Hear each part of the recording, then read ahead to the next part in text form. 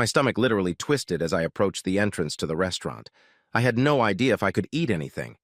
Just as I was about to open the door, a gust of wind came and knocked the umbrella out of my hands. Some of the water, which it had saved because it was a damn cheap and almost useless umbrella, got on my face and in my hair, which I had spent hours styling especially for this occasion. The doorman opened the door as I started to lash out and nearly knocked me down. Apologizing, he took my hand and supported me. I was sure my hair was not intact. Sighing, I walked past him to the front desk. Prime Angus Steakhouse was one of the most popular restaurants in the Windy City, which was our hometown. Well, maybe only in my hometown. I would have to see what answers this evening would yield, but I was hoping to say we again when all was said and done. It wasn't Jean and Georgetti's, but Josh remembered that I always wanted to eat here even after all this time. Mr. and Mrs. Conrad, I introduced myself to the maitre d' when he looked up. 7:30. Oh, this is Alice and Joshua, he said cheerfully. One moment, please. We'll show you to your table shortly. The restaurant was known for using first and last names in its reservation system. It was funny, and at the same time nice to hear our names mentioned out loud and in the same sentence again. My hair may have been messed up, but you can't rip the smile off my face with a nail hammer. I was informed that Josh hadn't arrived yet, but the host took me to our table anyway. 5 minutes later, I was sipping white wine from a glass. I wanted to surprise my husband by ordering his favorite drink, but I changed my mind, thinking it might seem presumptuous.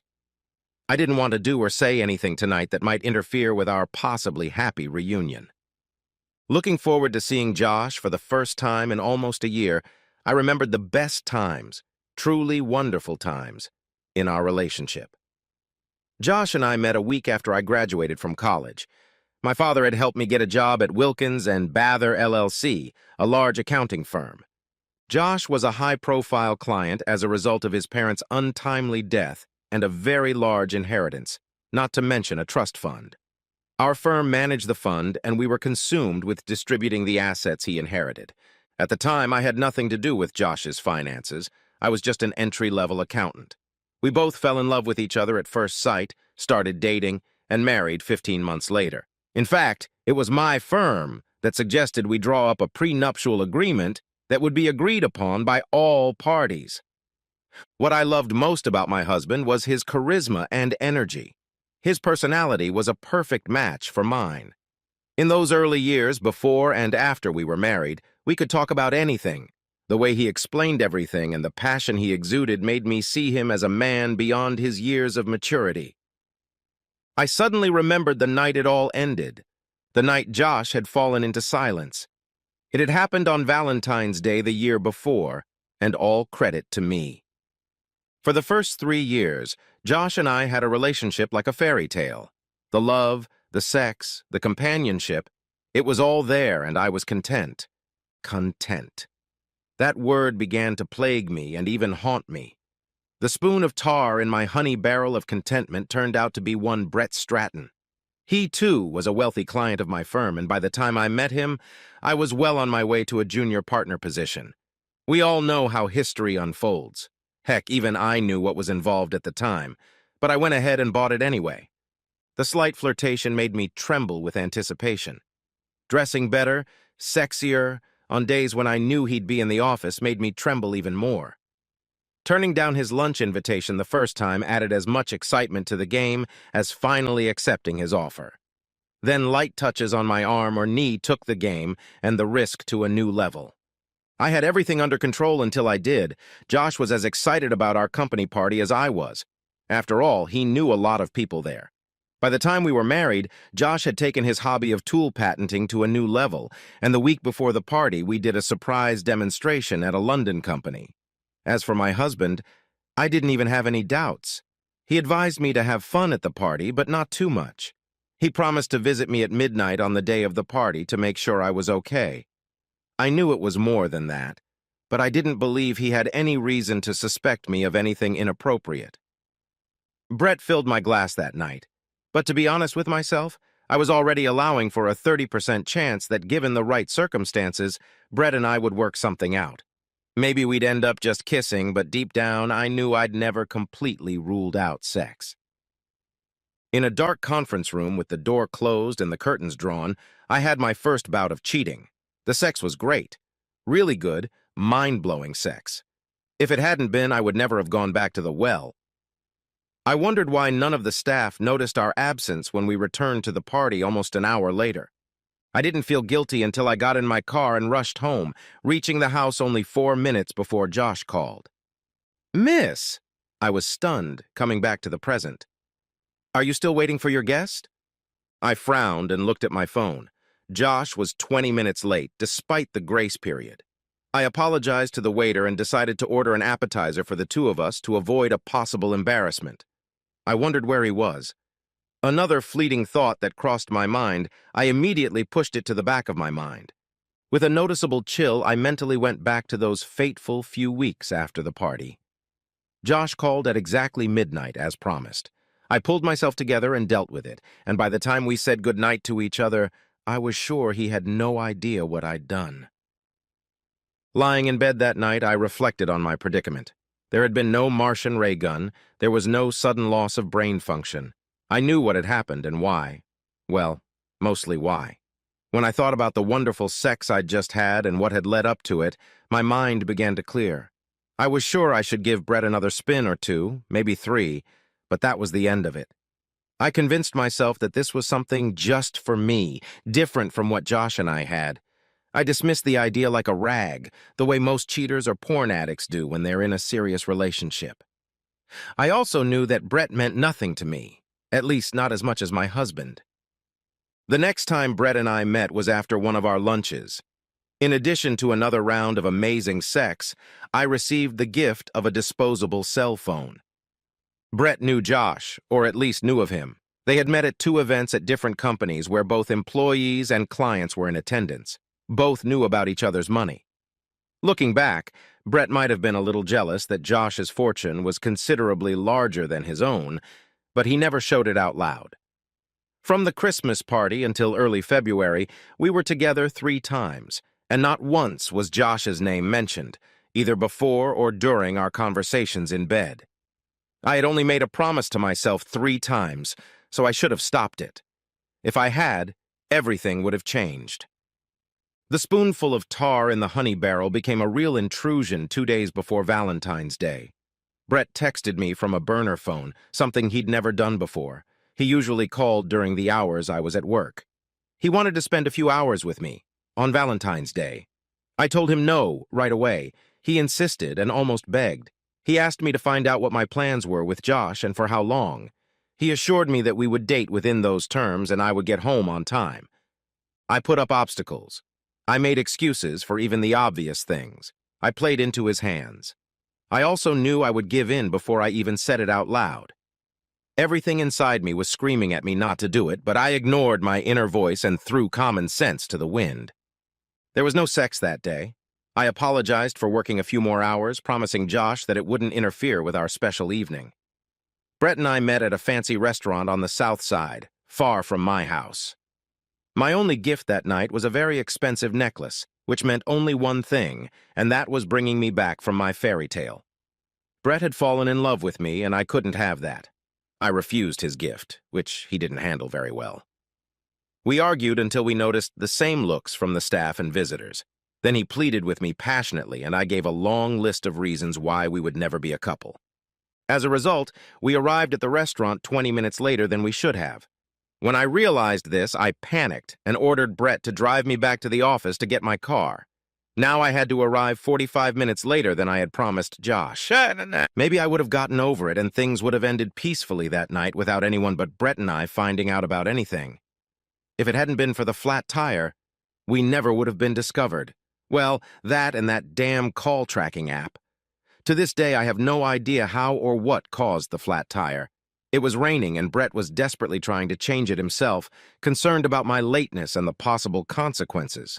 At least his heart was fine, but he never fully mastered this life skill.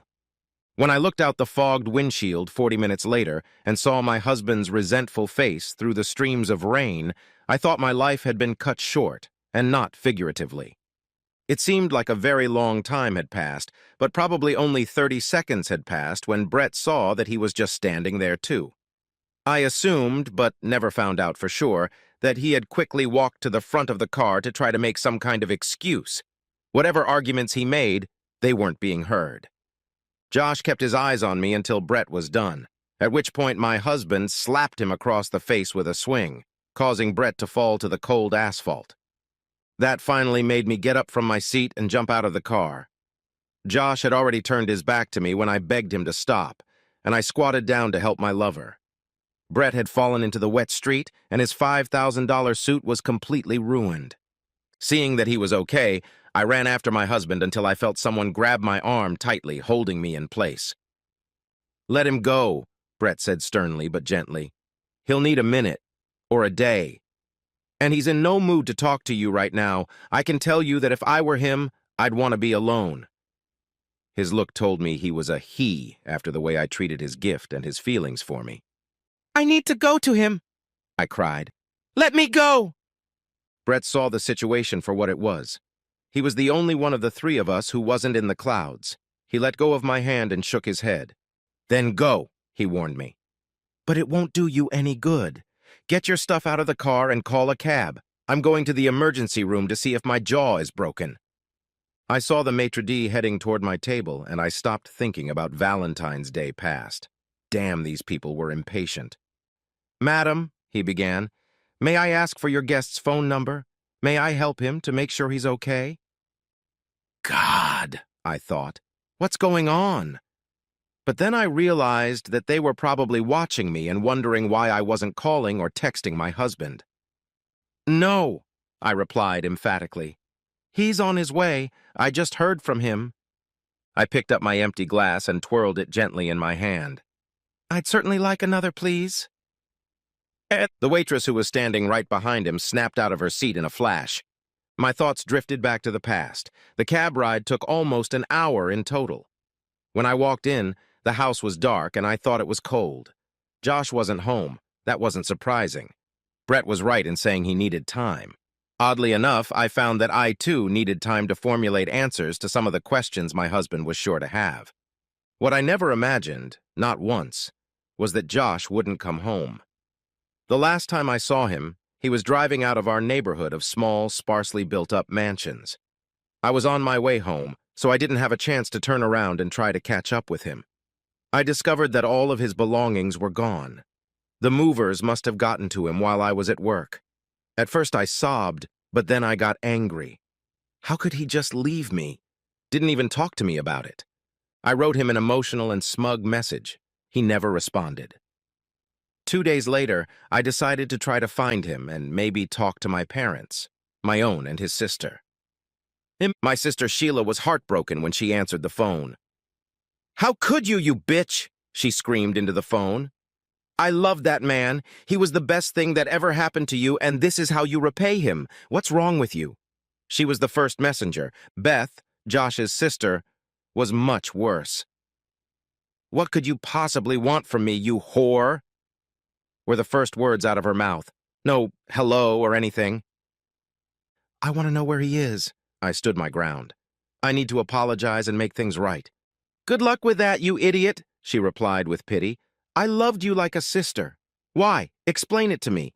I thought you were the best thing in his life. It doesn't matter. I don't know where he is."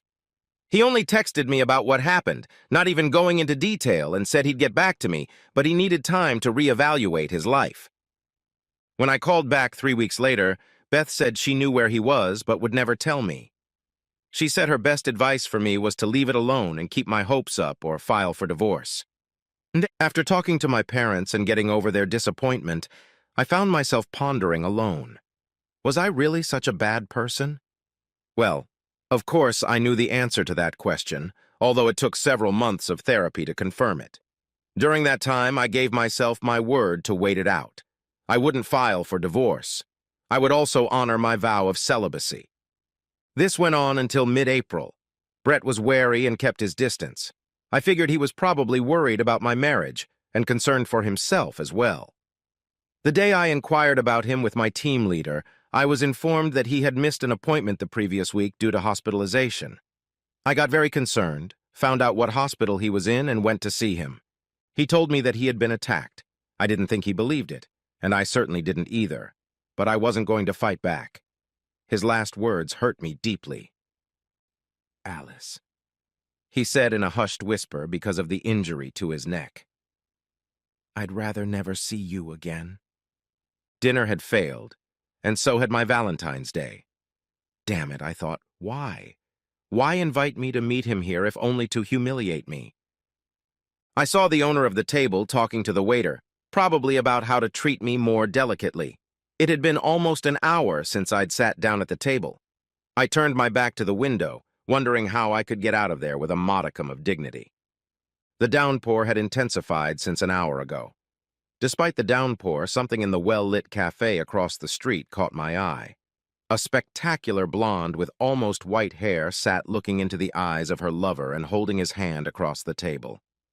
I shifted my gaze to the gentleman, and my heart nearly stopped. It was my husband, Josh. Or maybe it wasn't. The man had a well-groomed beard. The rain drummed on the glass. I studied him, hoping against all odds that I was wrong.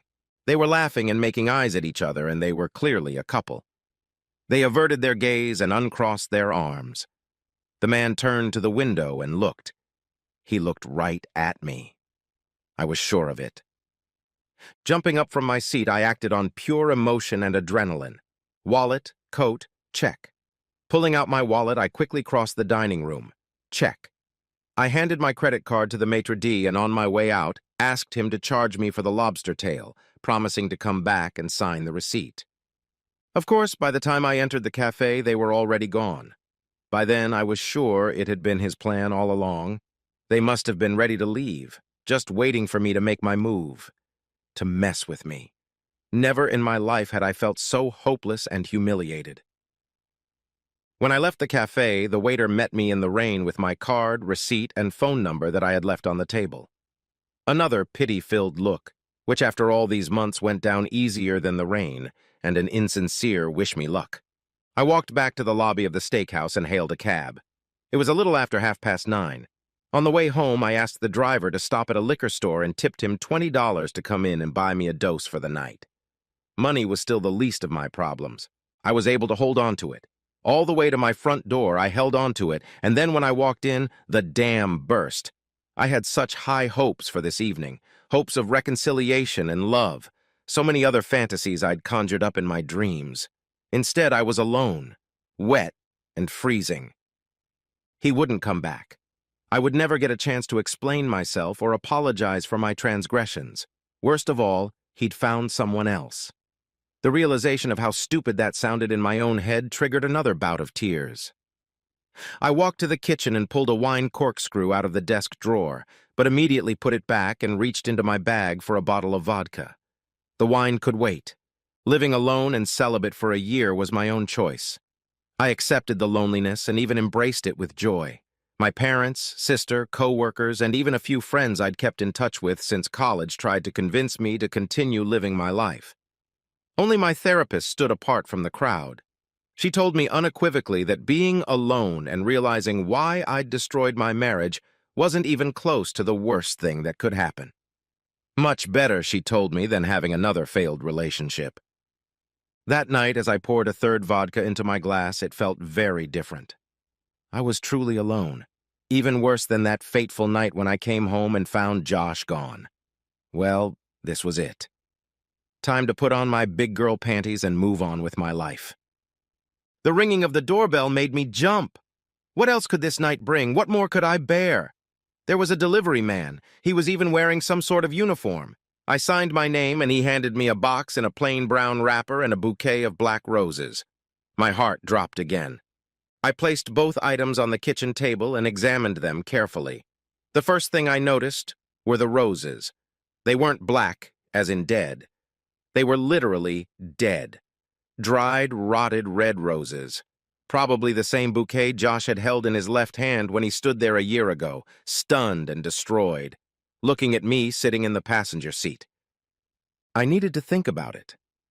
Josh had spent the entire evening on his own terms, clearly scheduled for some time. That needed to change immediately. I pulled out my phone and started going through my messages until I found an unknown number that Josh had used to invite me to dinner. Then I typed, erased, and typed some more until I got the message I wanted to deliver. So, mission accomplished. One question: what's in the box? The answer came almost immediately. A gift. I wasn't going to play this game anymore. With shaking hands, I pressed the call button to dial the number. It switched to voicemail. I tried again with the same result. I leaned back in my chair to collect my thoughts and drained my glass of vodka. "Of course," I typed. It took him about a minute to respond. "I'm not lying. You'll never know unless you open it. Son of a bitch." The box was the kind of box you usually put in shirts or sweaters. Inside was the proverbial heavy manila envelope. When I opened it and stuck my hand inside, already anticipating its contents, several 12 by 18 centimeter glossy photos slid out onto the table. There was my husband with the blonde from the cafe. They were standing side by side, casually dressed, and someone was taking a picture of them with the Grand Canyon in the background. It made me sob. We had always planned to go there after we had our first child.